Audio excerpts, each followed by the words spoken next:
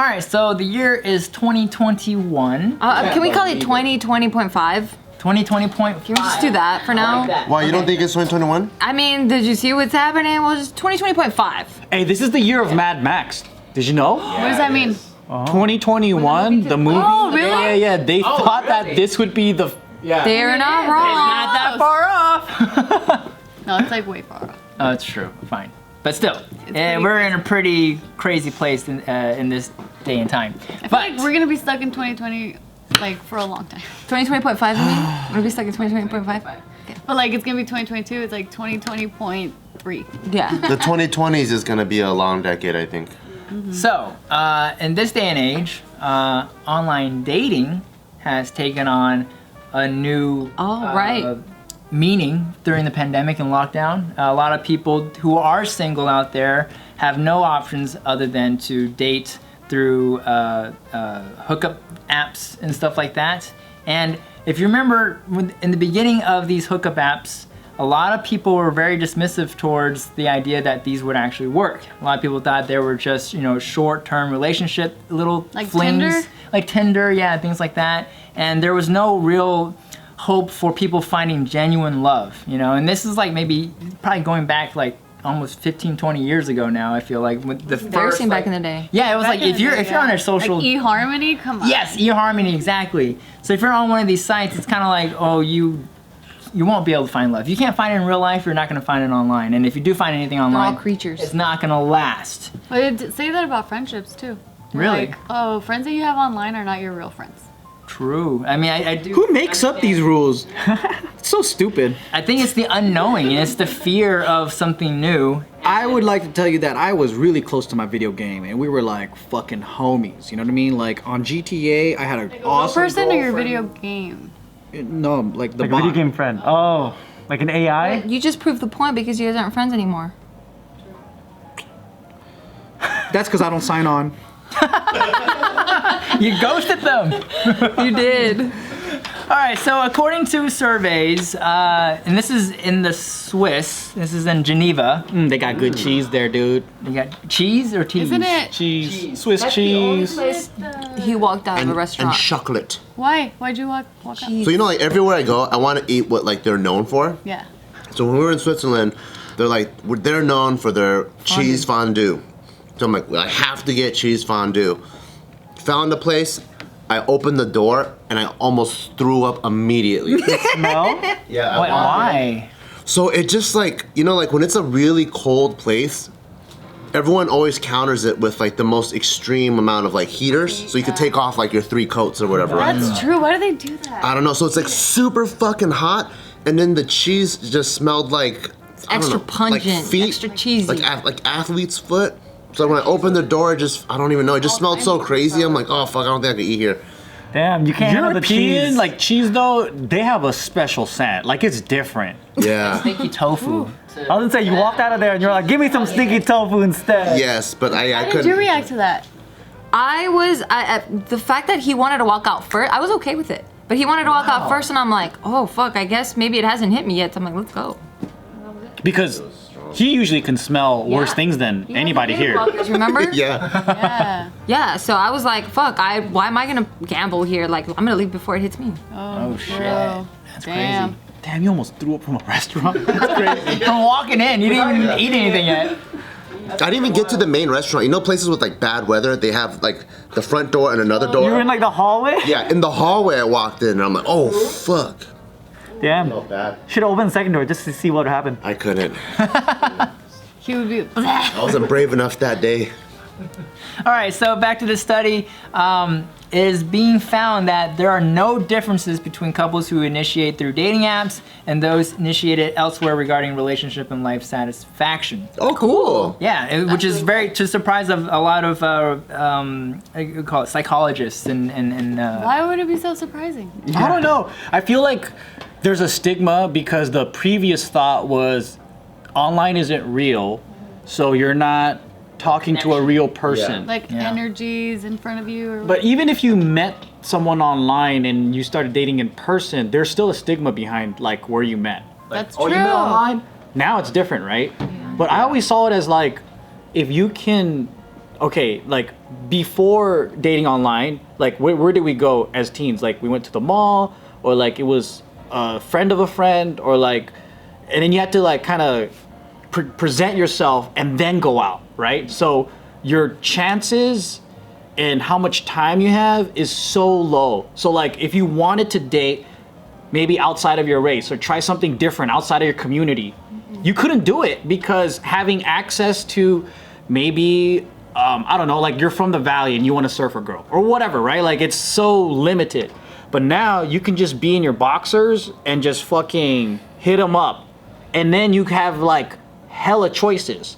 And then because of that, you can find someone who might fit you way better than the limited choices that you have in front of you. That's true. Yeah, so the idea is that having online dating apps has gamified the romancing through these platforms, so that you're able to basically put all your stats out. You know, your likes, your dislikes, all this stuff. Whereas in real life, you're kind of just, well, we're gonna wing it. You know, we're gonna go on this date and we're gonna see what this guy's like, or we'll see what this girl's like, and you know, and if we'll have to decide whether we like it or not. You know what I think it is? It's kind of like compatibility versus chemistry. So I think like in person you get to pick up on chemistry initially and then figure out the compatibility. But then with online is like first figuring out compatibility, and then when you meet in person, see if you have that chemistry.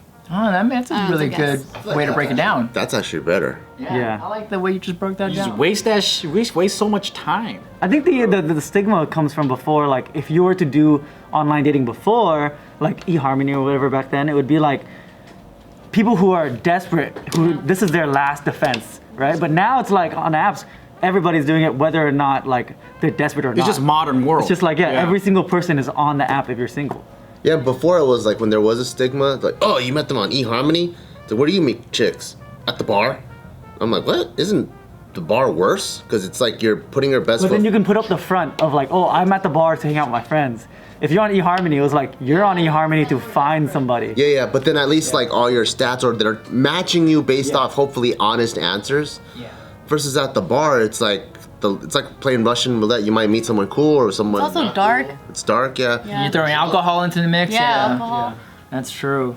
Yeah, why is that more acceptable? It's like, let's go somewhere Find and a be stranger. Because then, like, I remember the argument where it's like, oh, if you do it online, like you're not being your real person or whatever. But no one's being the real person when they go to the bar either. You're dressing extra nice or different. You're trying to pretend, and sometimes you flat out lie. Like dudes would have like goals where like they would have strategies where it's like, all right, you act like a big shot, and I'm a pretend like I work for you or whatever, and then like they gamify that shit too. True.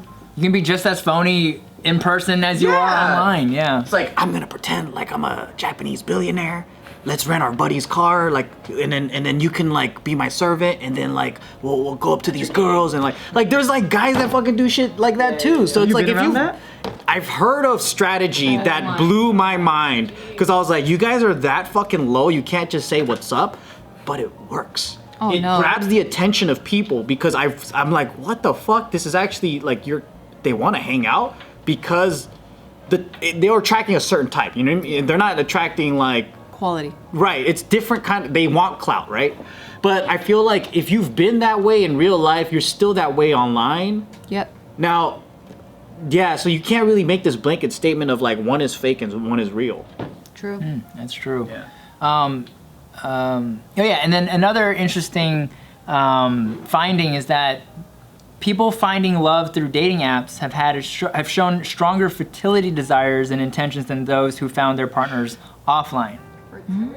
Yeah, it's like they're actually procreate. Yeah. Like I don't know. I'm still trying to wrap my brain around Fertility desires? Does that mean just fucking? Or you no, like having babies. Having babies and starting a family. Yeah. Well, that kind of makes sense to me a bit, because like I don't know, it seems like if you are purposely trying to find a partner and if you're trying to find a partner, like romantic partner, you're trying to.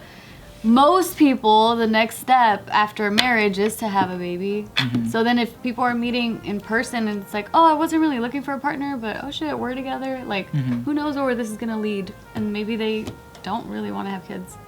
Interesting. Yeah, I don't know. Like I feel like that could be the case, Or maybe people like tried dating online and then, you know, it didn't work, or dating offline and didn't work out, and they hop on dating online, and that's when they kind of like start thinking about procreating and settling down. Yeah, that makes sense, because now I think it's just so, the apps are so advanced now that, like, I think you can even pick the radius that you want, like, this net to be casted. So there's like the 10 mile, 30 miles, and then you can... Worldwide. Yeah, and then you can put in your interests. So like the algorithm of like how it just kind of like shuffles through people for you, like you really want to put down as much genuine, honest information. So I'm that... gonna change my profile then.